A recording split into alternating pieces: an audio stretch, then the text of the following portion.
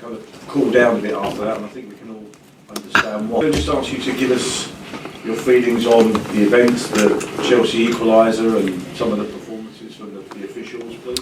I think it's, it's. If anybody was in doubt before today, I think VAR has got to be the answer, hasn't it, to help them out, because they need help, don't they, really? VAR would have sorted the goal out within seconds. Wouldn't have took more than 10 seconds to sort out.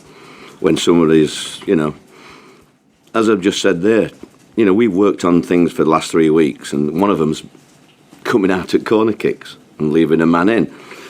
And the lads have just said, what do we do now, Gaffer? What's the point? You've got to hope that linesman can see it. It's soul destroying, really. And tonight is I can understand all the lads being down because we played so well. I was really proud today of everybody. I thought the fans were great. I thought the players responded fabulous. We didn't want to sit in and just not make a game of it. We wanted to enjoy it. We wanted to enjoy the game, and I thought we did that. And to be done by something, that's nothing in the game. It's not one of our coaching things that's cost us the game today. It's soul destroying. If I were Burnley fans, Southampton fans, Brighton fans, it'd be the best thing that could have ever happened today, because obviously it's knocked our lads down. As you'd expect, they're flat as a witch's whatever. Obviously, the goal was the worst decision, but it seemed to be quite a few things. Yeah, on another day, we've looked at penalty shout on Morrison in the first half, which we felt was a clear penalty looking it back, and think the TV pundit said the same. The second half, 53rd minute, Morrison again, Rudiger's pulled his shirt back, but the ref's in a really good position. So, it's almost like now, it's not a matter of who you play, it's actually who you get in the middle and who's got a flag. It's just as important. It's, it's all right making genuine mistakes, but at this level that shouldn't happen, really. Not when you put so much into a game. And once again, on the top of everything that else has happened this season, it's just a sickener. It's hard to take, really. I assume you also thought Rudiger should have been sent off. Yeah, I did. Yeah, I did. I thought Kenzaho was getting to the ball first. The ref said he wasn't sure. If he wasn't sure, he's got to go that way. Wasn't sure about the penalties. Wasn't sure about the second penalty. Couldn't have any influence on the... I thought he had a good game, if I'm honest. There's only the major ones, the major things I think he's a good referee, me, Pawson. So I haven't got to, but I mean, Mike Riley, I don't know what he does with these linesmen when you're looking, if you can't see something straight across from you, I honestly don't know what to say to my lads. I said, well, at least we can look forward. We are flat as we are, to go into Manchester City on Wednesday, can't we? Some sadistic person's put that fixture in.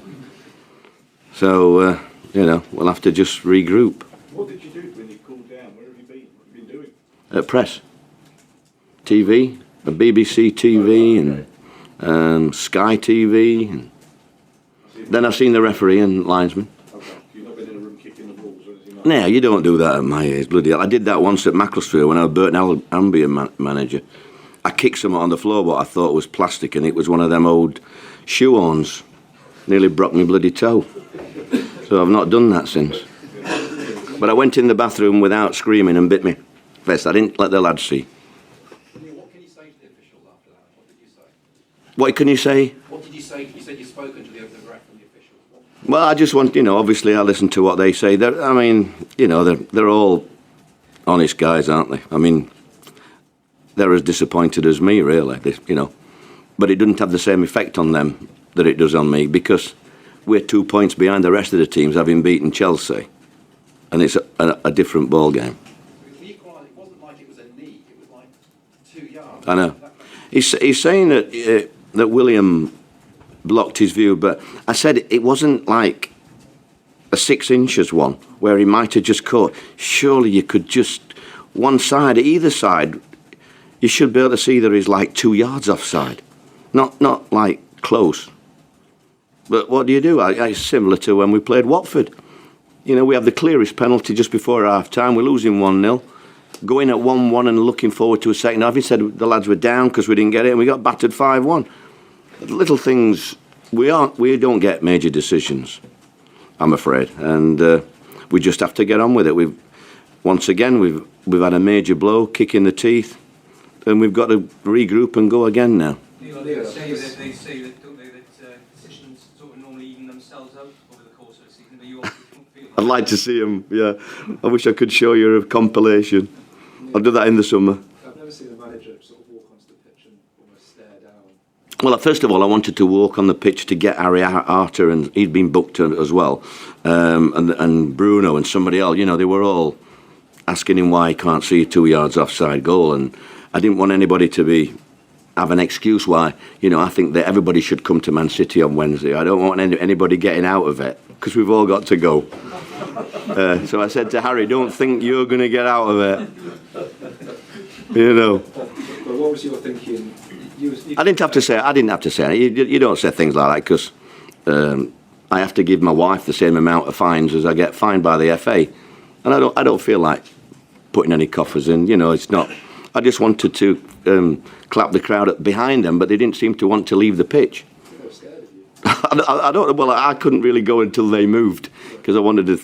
The fans have been brilliant, and you know, I just don't know. You know, I think the guy who Clive Whitehead who was here, who come. I think he's the assessor or whatever he is, the Premier League. He's talking about the passion, or you know, you talking to the fourth official and that after, but. The game is passionate. I'm 70 bloody years old. If you're not passionate at my age, when you see such a misjustice, something going against your lads that have battled and fought like they have against a team that we should have won, you're bound to be passionate. Well, you want meek and mild, you know, and congratulations, Sarri, well done. Pat him on the back and all these others and shake the referee and linesman's hand. Come on, it's a bloody Premier League, it's the best league in the world, and we are disappointed. Do you fear it's a £100 million mistake? I don't know the figures. But do you fear this mistake? Well, I don't fear. I mean, I think Chelsea and Man City, we didn't expect any points. Are you with me? All I do know is that it'll tell the other teams that we've got to play against that we won't be rolled over like some teams. I think you'll get a game out of us, and we want to give our fans as much to cheer about while we can at this level. And you never know, we could decide the Premiership. Man City away, Liverpool at home. We could be the deciding factor. What was the exchange with Mauricio? It seemed like... He's lovely. He was moaning about a bloody throw-in or something. I said, Sarah, do you not know he's 2 yards offside? Bloody hell, you should be patting him on the back. Not complaining about a throw-in. He didn't realise they were offside, he said. And Zola come in as well after. So. Neil, where does this leave the players, not just numerically in the table, but emotionally after? Well, they were flat. They were really flat today. It's no good saying... You don't expect anybody to be jumping up around the place, do you, when you're being kicked in the teeth like that? But how many times this year have we been kicked in the teeth with one thing and another, not just football, but everything that's happened to us? It's the most difficult season I've ever had. But anybody that knows me know, you know, I'll be disappointed tonight, but I'll live to fight another day. And the fans know that I'm doing the best I can with what we have. And I was really proud of them all today. So, yeah, I'll be disappointed that we've lost a game that, quite frankly, that I didn't think we should have lost. And at the 90th minute, if you'd have said I'll have a point, I wouldn't have took it. I was disappointed with a point, you know. And then we end up with nothing. All right, lads. Thank you.